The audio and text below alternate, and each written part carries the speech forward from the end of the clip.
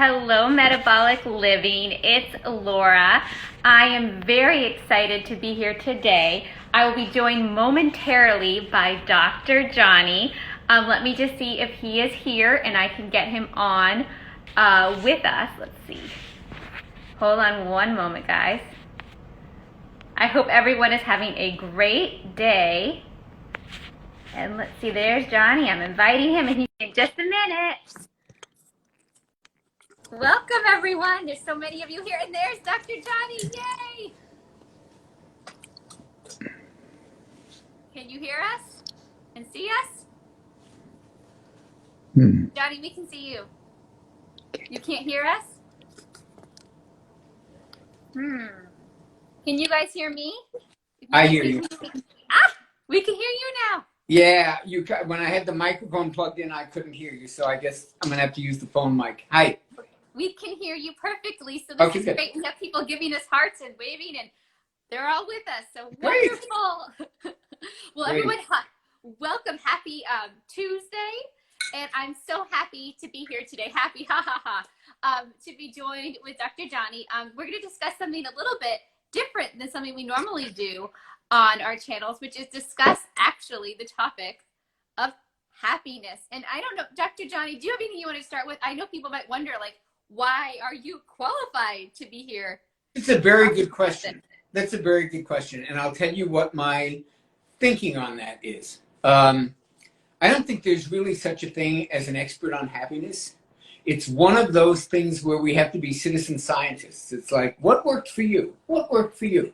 And we observe those things. And I mean, I'm qualified in the sense that I'm extraordinarily happy. And I was not always extraordinarily happy. So I have noticed some of the things that have made a big difference in my life, but as importantly, there are people who study this. There are two guys at Stanford University who teach one of the most popular courses ever on designing your life and creating happiness. Arthur Brooks at Harvard teaches an incredibly popular course on happiness. And so we do know some things in the same way we know about diet. We know associations. We know that people who eat more fiber have less gastrointestinal problems. We know people who eat lots of fruits and vegetables tend to live longer, or people who eat grass-fed meat don't get as much inflammation. We know these associations. We don't know that they're causal. But we look at the habits of people who are really healthy and we go, you know, all of these people do A, B, C, D. That might be something to look into. So that's kind of how I look at it with happiness. I have my personal experience of it, which is profound. And I can't even tell you, you know, the difference it's made as that's become the case for me. But I also listen to a lot of experts on happiness. I listened to Arthur Brooks's podcast, and I listened to, you know, I read Dan Gilbert's book, and these are all studies of like what people report makes them happy. They're looking at the conditions under which people create happiness for themselves. And I do think that if you listen carefully to enough of these people, you see some trends. Tim Ferriss, who's one of the most popular podcasters who ever lived, interviewed like 100 of the top performers in the world, from Bill Gates to Kobe Bryant to, you know, sports heroes, Michael Jordan, Steve Jobs, you know, these enormously successful people. And he asked them all what they do every day. And he compiled it in a book. He called it Tools of Titans. And he noticed 80% of them have a ritual. 80% of them do some kind of meditation. 80% of them or 90% of them exercise. So he came up with like, these are the things, we don't know that causes extraordinary performance, but it's interesting that among 100 of the most high-performing people in the world, 99 of them do ABC.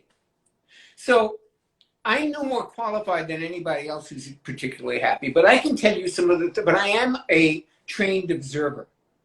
So I'm not just someone who, wow, I lucked out into this and I don't know how I got happy, but yay! I'm pretty self-aware and also aware of, you know, the studies that are going on and the people who are talking about this. And I do think that there are some tricks of the trade that we can pass on. Look, Laura, I've said this a few times recently in the last year. I started out as a weight loss coach in 1990. I was the first person in America to have that title. I may have told you that. An editor of Cosmopolitan magazine gave it to me. So I've been doing weight loss coaching a long time. And like Dr. Jade, and like just about every health professional that's worth their salt, to be honest with you, we have noticed that there are a lot of people who are stopped in their goals, not by the wrong diet, not by not doing the right kind of circuit training, not by not doing the right kind of fasting, but because they have glass ceilings that they self-impose. And we've noticed that, and we've realized that when you help people do something like lose weight, what you see, people don't really care about you. I'm going to tell you something that's going to sound very shocking. People don't give a shit about making $1 million. What they care about is the feeling that they think they will have if they make $1 million. And people are going to jump down my throat for this. They don't really give a shit about losing weight. What they care about is what they think will happen once they do. What they will feel, how they will feel like, how they will be seen, how they will be accepted, all of these things. And so I always think as someone who's coached personal training and exercise and coached diet, why don't we help them achieve those feelings instead of just talking about the mechanics of it? Because as you and I have, I'm sure everyone listening to this knows, we've all known people with spectacular bodies who think they're fat, or who are spectacularly handsome and think that they're ugly. They are not going to be happier by having plastic surgery or losing weight because there's something that they don't feel good about. So why spend all the time on the mechanics and none of the time on like, what's going on here? And what things could maybe bring you more joy in your life so that you could even enjoy your weight loss even. And instead of thinking it's never enough, it's never enough. So that's my position on. I'm no expert. I can tell you stuff I've learned. I can tell you stuff I've learned personally and what I've learned from studying the experts on happiness, and there are many of them. And I have no prescription. In fact, the very first thing I would say as a happiness coach, and I'm trying that on only but the first thing I would say is that most people get screwed up because they think there's a formula for happiness.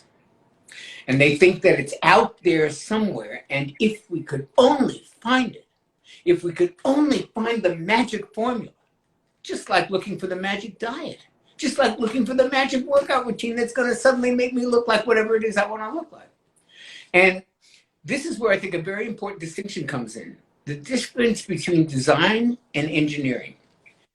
Engineering is where there is a solution to a problem and engineers know how to find it. It exists. It's out there.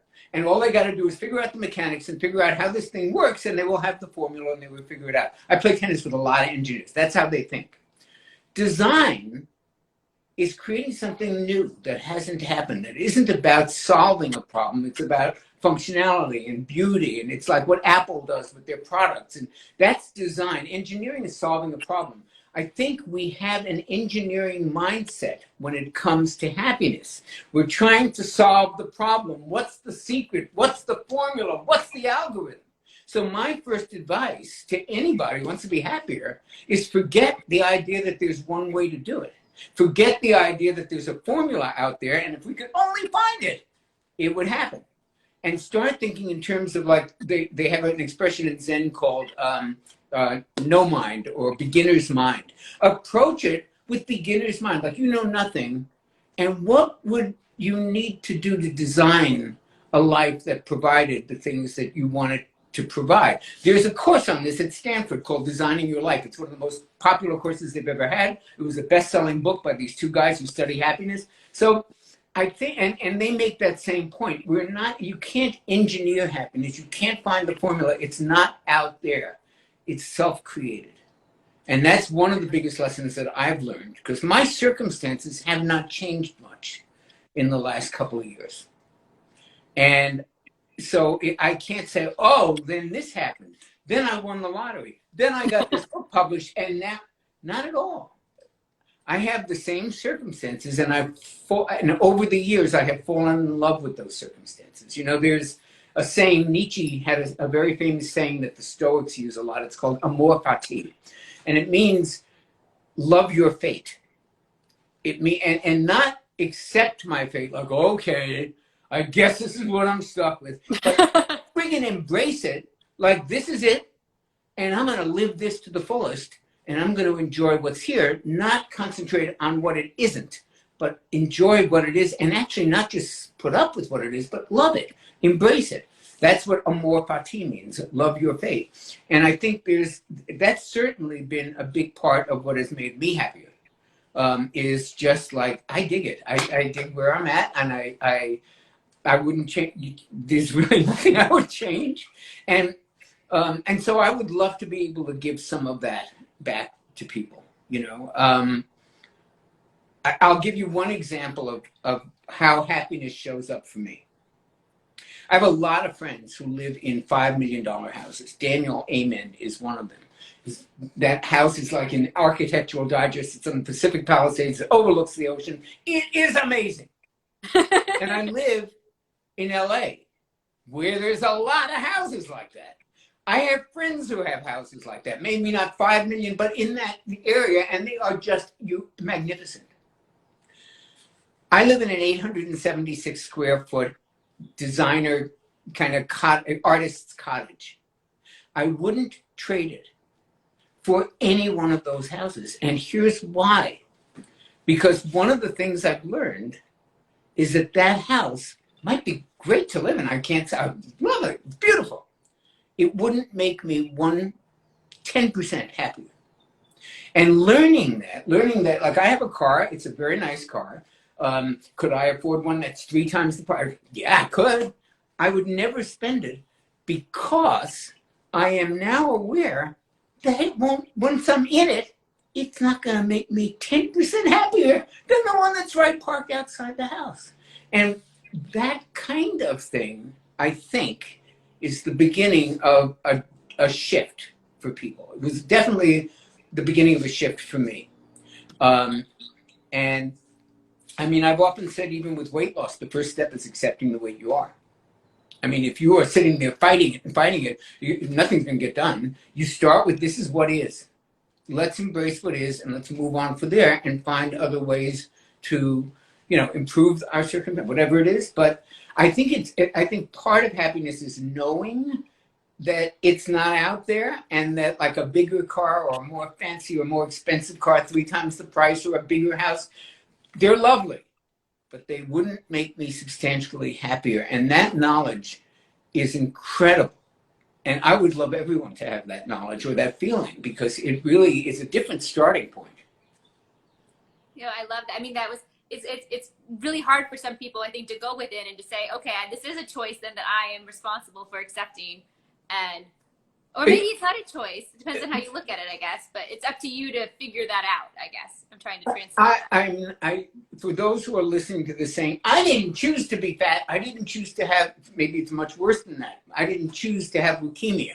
I didn't choose to have, 100% true. This is not a blame the victim thing. This is, once this is the case, you have a choice about how to approach it, whether to accept it, whether to fight it, whether to accept it and then try to do something about it. You always have a choice. The concentration camps are an example of the most horrible circumstances anyone can imagine. And some of the greatest writing in psychology came out of there, with people saying, I have no say over anything in this place. People can torture me at random. All of this shit can happen. But there's a place where I have some agency, some choice about how to respond to this.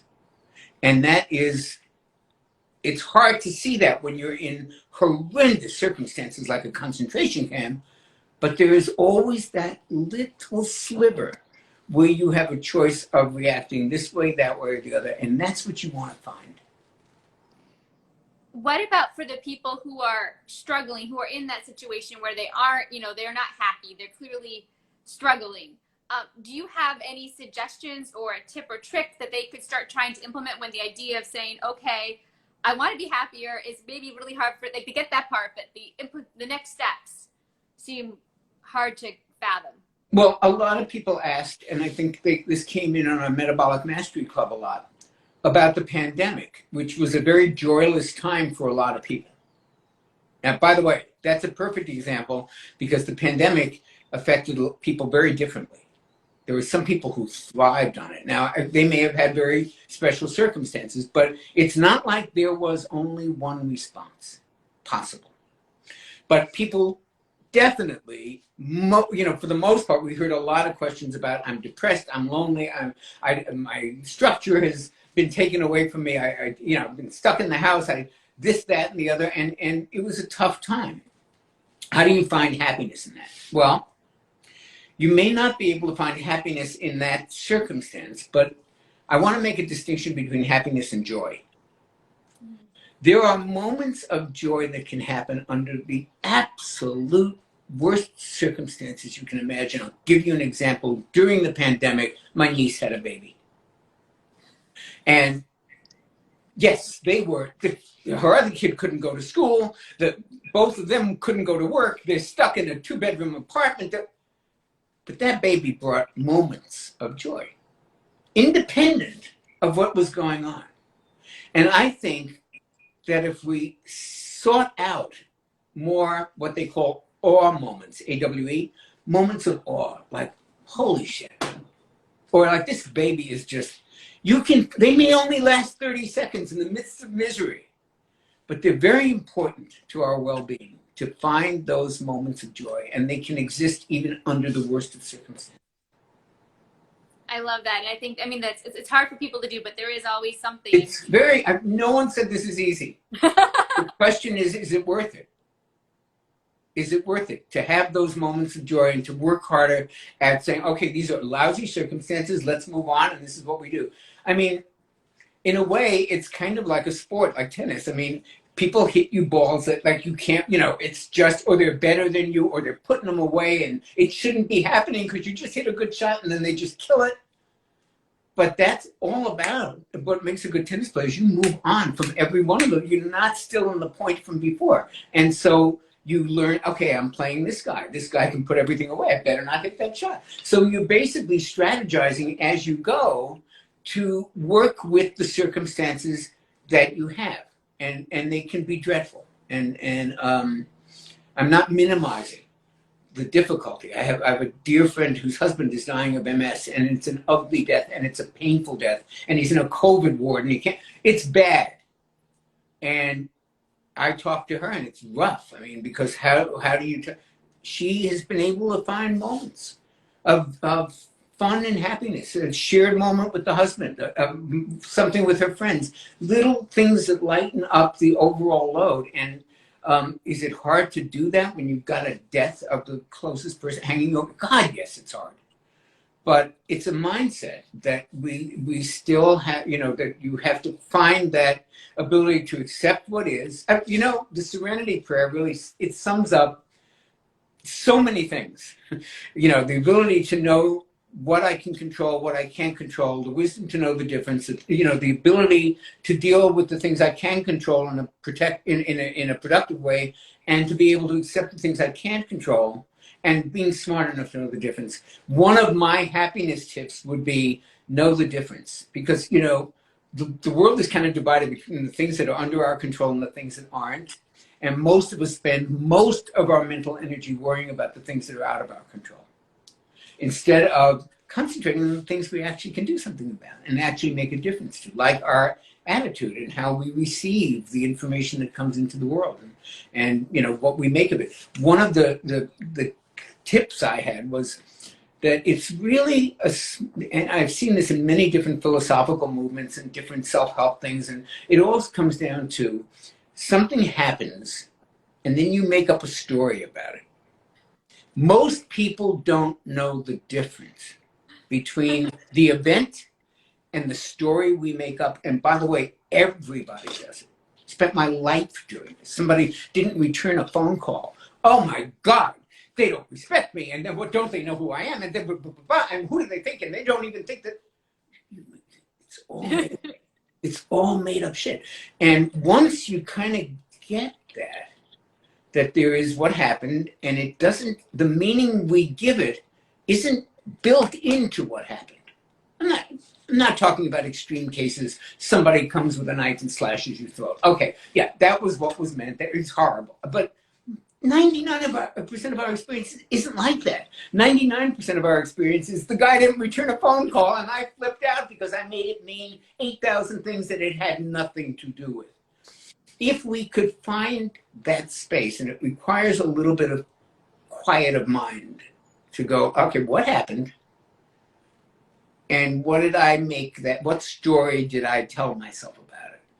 That is the beginning of such transformation, because you start to see most of this stuff happens in your own mind. It wasn't, the phone call wasn't returned. The phone line might have been out. You know, their dog might have died. There's a million things that could have happened, but we make it mean something, and we think that meaning is what really happened.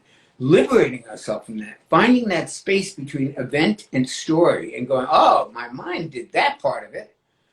This is a very great lesson to learn. It was for me, and it is for everybody that I know that has been able to make that distinction. When I said it to you, your face lit up, which tells me that you know exactly what I'm talking about what happened in the story. There's probably a million people who are going, yeah, I know it. That is a portal to like really changing things for yourself. I think we're all guilty of getting caught up in the stories and thinking, and I know, like, I see it in our Facebook communities a lot, even just with comments between members when they think, oh no, you know, why hasn't so-and-so gotten back to me? And then they'll follow up with this, like, the person was just, you know, had their phone on silent for a day, didn't feel like checking the group. 100%. And I'll tell you how it works in weight loss. And I wrote this in my first book in 2001, which no one read because it literally came out the month of 9/11. But I wrote it back then, it's over 20 years ago. And what I wrote about was how people do this with weight. So let's say you're on a diet and you go out to a party and you lose all your whole mojo about dieting is gone. You have a couple of drinks. All of a sudden, the appetizers look good. Before you know it, you've eaten 14 desserts. And people go nuts when they do that. Now, what actually happened was you ate a couple thousand calories you shouldn't have eaten. It probably didn't even put a half a pound on you. And the next day, it's forgotten. That's what happened. What we make it mean, what I've seen clients make it mean is, I can't follow any diet. I'm a big loser. Nothing I do works. I might as well give up. I'm never going to get, I'm stuck with this. They write War and Peace about this one day that they went to a buffet. And I'm not saying ignore it. I'm saying don't make it mean more than it is. And we do that 100 times a day, not just with weight, but with all kinds of things. And it's very liberating when you kind of see, you watch your mind make the story up about the event and you go, you know what, that wasn't such a terrible thing. But what I made it mean could be terrible because that made me give up on everything I've tried to do with health and nutrition, because now I know I'm a big loser and I just can't follow anything. And I look at me, I have no self-control. That's all story. It's all story. We get that all the time, and it's heartbreaking. They end up just saying, you know, basically it all comes back to like, I suck, and it's horrible. Would you have a way? So I think a lot of people struggle with figuring out, they might see that they're getting caught in the story, but they don't know how to get out or recognize that they're in this trap that kind of their brain. Would you have any suggestion on how they can get to the other side of that? I know that there was a book written not long ago that was hugely popular called The 4 Questions. And I can't remember what the 4 of them were. The first one was, what happened?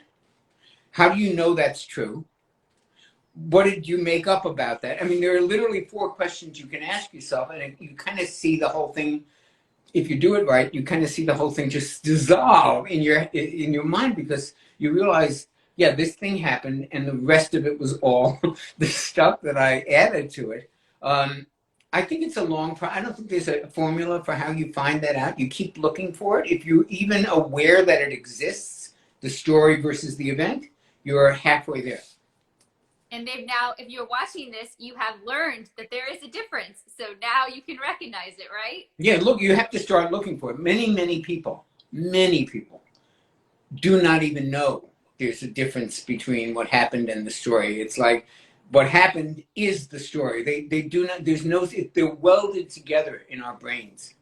So anyone who's able to see, wait a minute, that's not, all that happened was the phone call wasn't returned. The rest of it is my essay about what that meant. Once you can even get a glimmer of that, it really opens the way to separating them with greater distance. I love that. And I guess one last question kind of on that topic is I know a lot of our members in our community also get stressed out even once they've recognized it. We did a whole thing. We actually had Danny Coleman, the head of coaching here, talk about stress management because we were having such an issue with this stress response to the overeating or the story in your head or whatever. How would you recommend, or how do you handle that? Because it is easy to get stressed out when you're like, oh God, I'm in my head. Yeah, I'll tell you.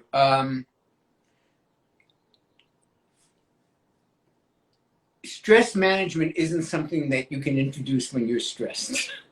It's a tool. It's sort of like trying to fix the plane while you're flying it. Everybody listening to this, if you don't have something in place to manage stress in general, start getting it now. Don't wait for when you need it. You need it every day. I think that the thing that has helped me the most is some kind of meditation practice. And I do it even in the happiest of days. In fact, it's even better when I'm happy. And it becomes a tool that you wind up using when in fact you need it the most. But it's a hard tool to develop when you need it the most if you don't have it. So I always tell people, every seminar I've done, every webinar for MMC, every lecture I've ever given in the world, when we talk about stress, and people go, I can't meditate. I was one of those, by the way. I mean, the idea of make your mind a blank. Are you kidding? Have you heard me? I mean, do you think this mind ever shuts up for a minute? So I'm thinking that's absolutely impossible. I always tell people to start with 4 minutes of deep breathing. Anybody in the world can do this. You sit at your desk, you close your eyes, you put the iPhone timer on 4 minutes, and all you got to do is sit there and breathe deeply. And yes, your mind will be racing. Maybe you'll be able to quiet a little bit. Maybe you'll be able to concentrate on the breath. If you can't, no big deal. But being able to sit quietly and breathe is the beginning of a practice where you can self-soothe or calm yourself in these situations. And I'll tell you something about how great this is. I am not, except for tennis, I know nothing about sports and don't watch sports and don't even know like what they're trying to do in football. That's how bad I am at it. But someone was showing me some tapes of Kobe Bryant, as you know, after he died. And I watched the most amazing thing. He's being chased by 5 big guys down the basketball court, right? He's got that ball, and they are intent on getting him. And it's a game that's going to end. And when he goes to shoot, I watched his hand. It was as lit and relaxed as you can imagine. I couldn't believe it. So he's running, he's frantically, and it just goes, what? Total able to bring that calm and relaxation in the midst of such stressful circumstances. He didn't learn to do that while he was being chased. He learned to do that with like 20 years of practice. And then he's able to just pull it out of the air because he knows nothing's going to be good if you're jamming like that. But if you just do that, it works. And it worked for him. And that kind of showed me a sports application of what I'm talking about. Develop these techniques, these self-soothing techniques, when things are a little bit better and you think you don't need them, because they will be there for you when you do. I love it. And actually, I recorded a very short breathing meditation that, because Danny was one of those people who says he can't meditate when we were talking. And I said, no, anyone can meditate, even you. He'll love this because he loves basketball. So if you're watching this right now, this was all for you, Danny. But I did do one that we're going to share tomorrow right here on Metabolic Living. It's just breathing, and that's it. Didn't I make one for Metabolic Living? You made one for the Metabolic Mastery Club, and they actually just had access to that. Well, they always have access to it, but we shared it again on Friday for World Meditation Day. This is the meditation that I said on the tape for people to listen and follow is one I can tell you right now, and it is spectacularly effective and spectacularly easy. And if you talk about like, when do you see a result? You see a result with this by the time you finish the meditation session. It is from a tradition of meditation called Metta, M-E-T-T-A. And it basically is you sit there, and if you can find someone to guide you through it, that's what I tried to do with the one I made. There are, just look it up online, Meta, see if you can find somebody who does a guided one. But you are basically, this is your only job during a metta meditation. You think about someone with whom you have a fairly uncomplicated relationship, someone who isn't going to, whose the thoughts of this person aren't going to engender, oh yeah, but she did this and he did this and there's all this history. It's just someone you have good feelings about, someone you would wish would wonderful things about, like you, for example. Oh. And you think of that person and you wish them well. And you literally feel yourself wanting them to have a great life. You picture them at the happiest day of their life and what that would look like. And you feel the feeling of wanting that good for that person. It could be someone who helped you at the grocery store. It could be a best friend. It could be someone you want it uncomplicated only because stuff sneaks in if it's a wife or brother or mother. But that focus on another person, the feelings, first of all, the physiology of those feelings is profoundly different than your normal state of mind. And I have never seen anybody do a metta meditation who didn't feel better afterwards. Just the feeling of wanting good for another person, unselfishly, nothing attached to it, nothing you're going to get out of it. This is a good person, they deserve it, and you want them to be happy, and you feel that. Man, that is a powerful meditation. And it's one that I would suggest for any beginner. In one of the meditation things that I do, they have a meditation for kids. And I listened to their version of the metta meditation. She said, think of your best friend and think of his favorite toy and they do it for kids, and it just shifts your entire focus from me to you. And there's, when I made my list of tips for happiness, that was a very big part of it. Spending some day in gratitude, or wishing something for someone else, or taking the attention off yourself and taking care of someone else. This is a long history of therapeutic benefits. I will tell you a fast story. Ellen Langer, one of the most brilliant psychologists who ever lived, faculty of Harvard, longest running faculty in the psychology department, did this classic experiment where she went into a nursing home, gave half the residents a plant. No, she gave all the residents a plant. Half of them were told, yeah, the orderlies will take care of it. They'll water it. You don't have to do anything. Just keep it in your room.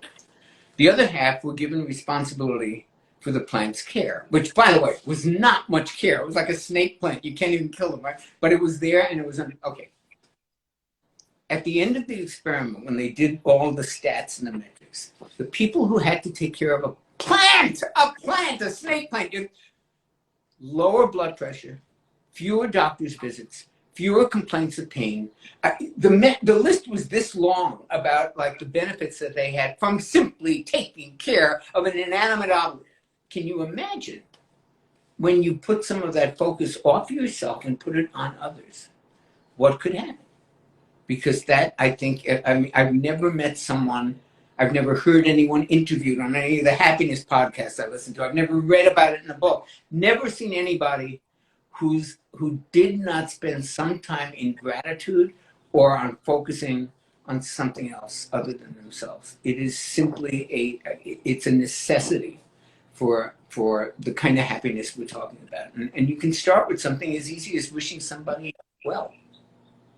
I love it. And there's always someone and something to be grateful for. So That brings me to another point. Here's a great little excerpt. For every time you complain, every complaint you make, you have to immediately say something that you're grateful for.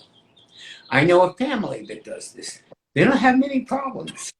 They start complaining. You can complain and say one thing that you're grateful for. It changes your headset. They are not kidding when they talk about gratitude. When Tim Ferriss interviews all these people, and every one of them says, I either journal, or I spend some time in gratitude, or I meditate, or I pray, every single one of them. It's not an accident. You know what I mean? And when you're really feeling miserable, take your attention off yourself. Go volunteer at a shelter. I'm not kidding. Our minds are they can be real. They can be vicious. You start to implode on your own problems and get in there. I'm not saying that they're not big, and I'm not saying that they're not worthy of spending time on it, that they're trivial in any way. I'm saying that's one headset, and if you can just temporarily get out of that headset and go, what does this person need? How could I make their day better? How could I make their life better? Maybe I could just wish them to have better. It's a different headset, and it changes your physiology, it changes your heart rate, your brain waves, all of that stuff. And, one of my things on little tips that, again, not being an expert, I'll just tell you, have as a goal, I'm going to make one person's day today slightly better.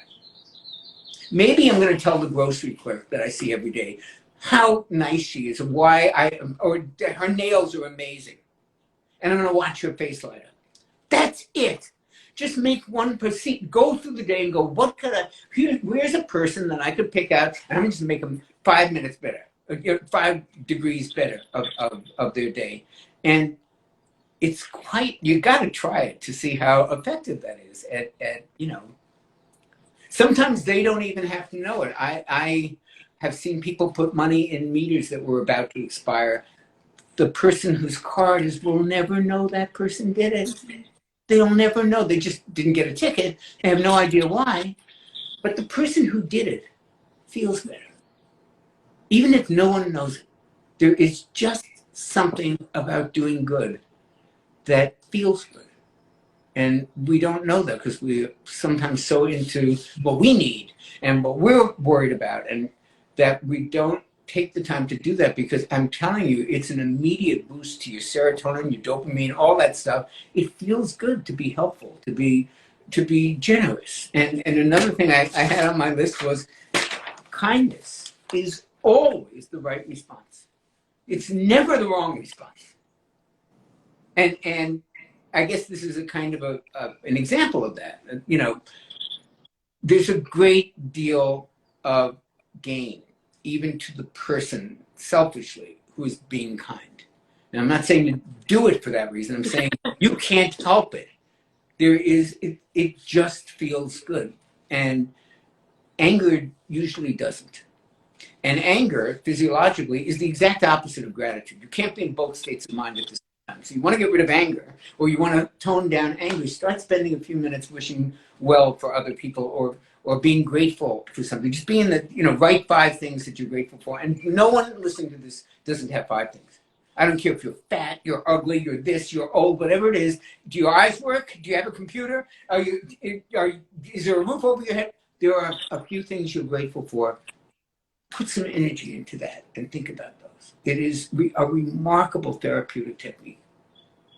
I love it. And I'm going to be selfish for a moment and just say that being on this call with you, having people saying, thank you, this is so helpful. I'm not seeing the comments. I'm like, oh, you guys are giving me all the feels. Are you really saying that? I didn't. Yes, I haven't looked at any of the comments. I was just staring at you and talking. So you don't have to worry about the comments. But no, we have had a lot of people saying, thank you so much. I needed this today. Oh, so glad. Reading those comments, I was trying to listen to you while I was reading it, and I was struck by that exactly what you were saying, that I felt selfish too, because I was like, man, we're helping people, Dr. Jonny. This feels great. How does that feel? No, I mean, no kidding. It feels really good. I mean, exactly. That's my point. That's my point. So, I have another tip. May I? Yes. Oh, yes. I was waiting for you to tell it. Sorry, I was listening to you. I'll just speak from personal experience. A lot of the unhappiness I've had in my life has come from acting too quickly. Assessing a situation and then jumping into action. Being really angry at someone for something. And having to tell them why immediately. The tip, what I wrote down is to practice the pause. And here's what I mean by that. There is a moment between whatever happened that made you angry and the action you're going to take. If you can pause the tape, if you can hit the little 2 thing that hits the pause button between acting and just wait and digest what happened, let it sit there, maybe wait a day, certainly wait 10 minutes. You'll never regret it. Think of all the things that you've done. God, I wish I hadn't said that. God, I wish I hadn't done that. I wish I hadn't. You never regret not acting too quickly. You do. I mean, you never regret pausing for a moment before acting. You very frequently regret acting in haste. And there is a moment, just like I said, when we talk about what happened and the story we make of it, there is that little moment, sometimes it's hard to find, where you can pause. You can just stop the video.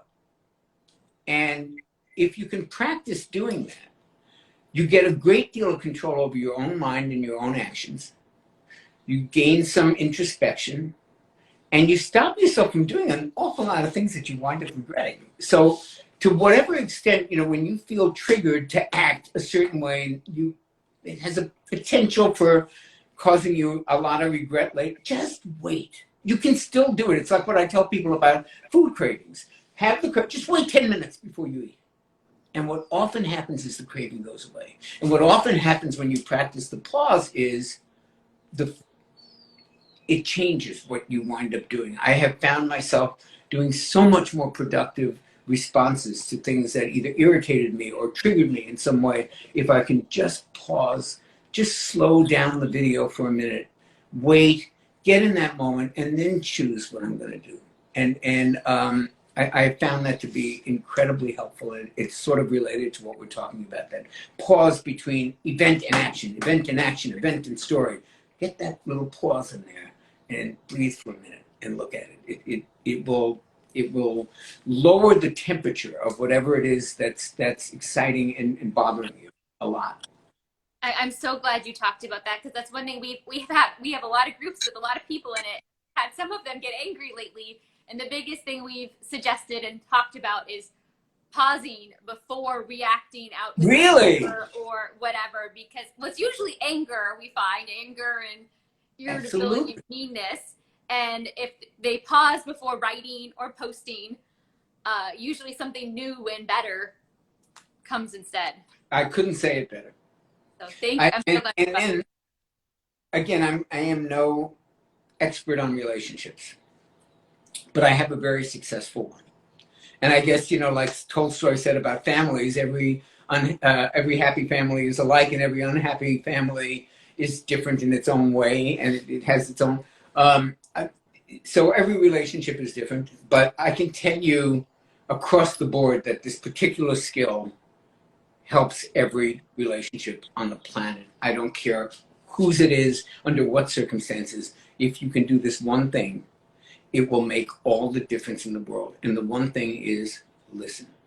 Mm-hmm. We do not listen to each other. I find this every day, and my head spins when I see how many conversations go on where nobody's even, they're just waiting for the opportunity to talk. They're not even processing what's being said. And when we do that in romantic relationships or in any kind of relationships one-on-one, people feel half of their anger and upset and disappointment, all of that is about not being heard. And we're shitty listeners. And I know this for me because I always thought I was a great listener. And only when I became a better listener did I say, oh my God, what an amateur I was when it came to listening. There are exercises that acting teachers teach and that used to be a part of the landmark training. I was going to say, yeah, because we all fake listen, and we were taught to fake listen, and then acting school is where I learned how to actually actively listen. And the exercise that they do is you say something and I repeat it, and I have to recreate it. So you say orange, and I literally have to think and feel and say orange. And you do this back and forth with phrases. I have a friend who I play tennis with who teaches acting in LA. She does this all the time, and it improves your listening.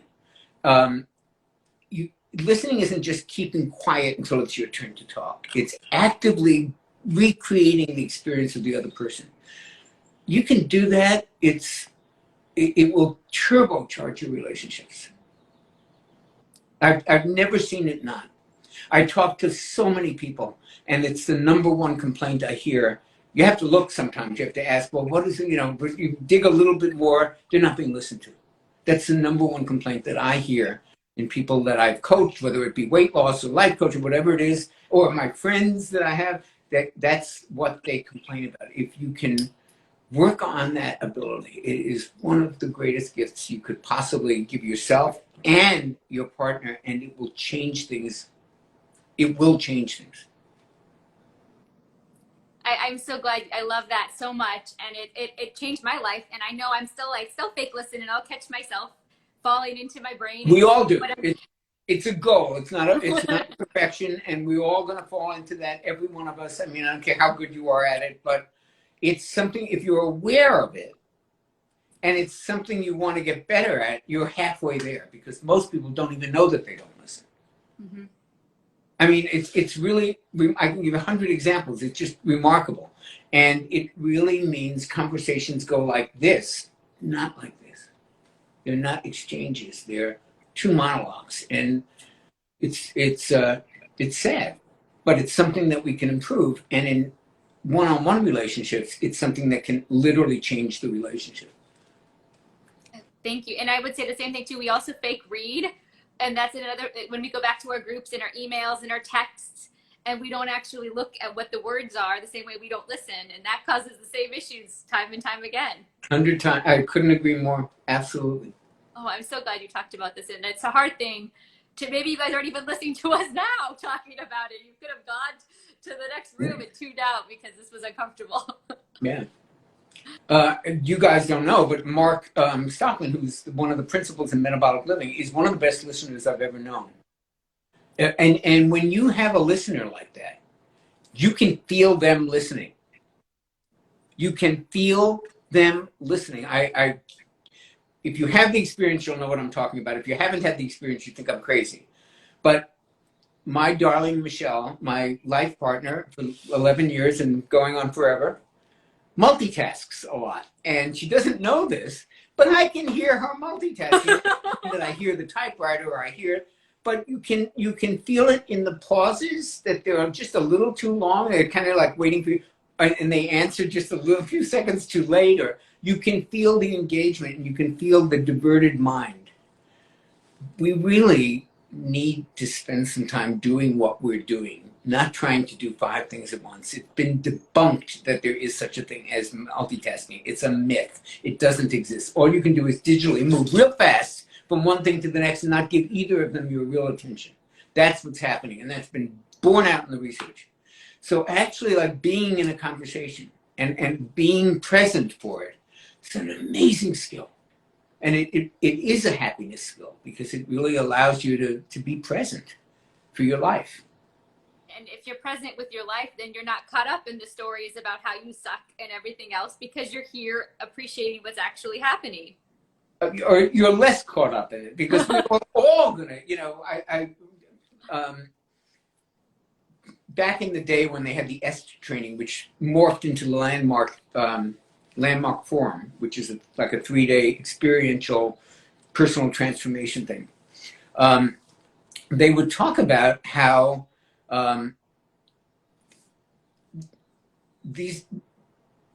when we came into the training, everybody, they used to use the expression, "You're on it." On it meant you have an attitude, you have a position, you're sure about something, and you're like into your rage, you're into your thing, or your indignation, or your entitlement, whatever it is, you're in it, you're on it, right? Mm.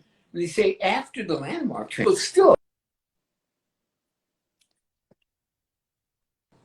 but you get it off it much faster. That's all we can hope for. You're never going to not get plugged in. I don't know anyone unless a Tibetan monk who's never going to get plugged in, who's never going to be outraged at something that's going on, or just totally triggered and involved, and it triggers all their past trauma. Everybody has that. The question is, how long do you stay there, and how quick can you get off it? So this is not a thing that we ever reach perfection in. I mean, I can be feeling very beatific and calm and happy and peaceful and not triggered. And all of a sudden I'm dealing with Spectrum or Time Warner on the phone, and I'm talking to some idiot, and they're literally, and then they disconnect me. And believe me, I go off, but I don't stay there that long. I don't stay there that. I can bring myself back and can even laugh at the idiocy of getting this plugged in by an employee, you know, in Indonesia who's making $3 an hour and can't barely understand, and he disconnected me. It's absurd. But you get triggered by those things. And I think happiness, peace of mind, any of the things we're talking about isn't the absence of that forever, because I think that's aspirational. It's just not, you know, we all get triggered. It's how often, how much, and how quickly can you recover from it. And I think that's the goal. I love it. I think that's a great goal. I mean, do you have any final tip? I mean, that's a huge takeaway. I mean, this whole thing has been filled with nuggets. We will save this, everyone, on our IGTV. You can watch this as many times as you like. So please come back to it. We'll make sure the book you talked about and anything else you've mentioned, we'll link to it in the comments. Are the comments will the comments be in the recording?